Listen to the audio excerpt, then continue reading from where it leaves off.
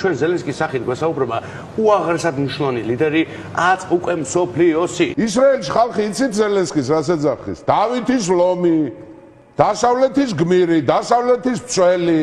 ჩავიდა როგორც ახალი ლეონიდე. ხელს კიდევდნენ.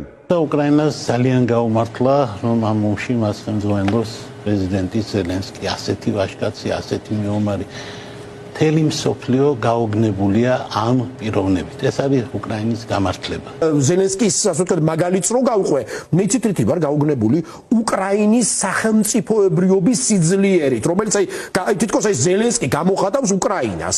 მისი სული ლაპარაკობს. პრეზიდენტი ზელენსკი, რომელიც დღეს არის პირდაპირ უნდა ვთქვათ, რომ სამყაროს მორალური ლიდერია. ლიდერები ქმნიან ისტორიას, დღეს ისტორიას ქმნის ლიდერი ზელენსკი, რომელიც ეს არის მსოფლიო გმირი, დღეს არის მოვლენა. სამყაროს აჩუქა კაცობრიობას აი ეს ადამიანი, ხო? გმირი უკრაინელი არის, გმირი პრეზიდენტი.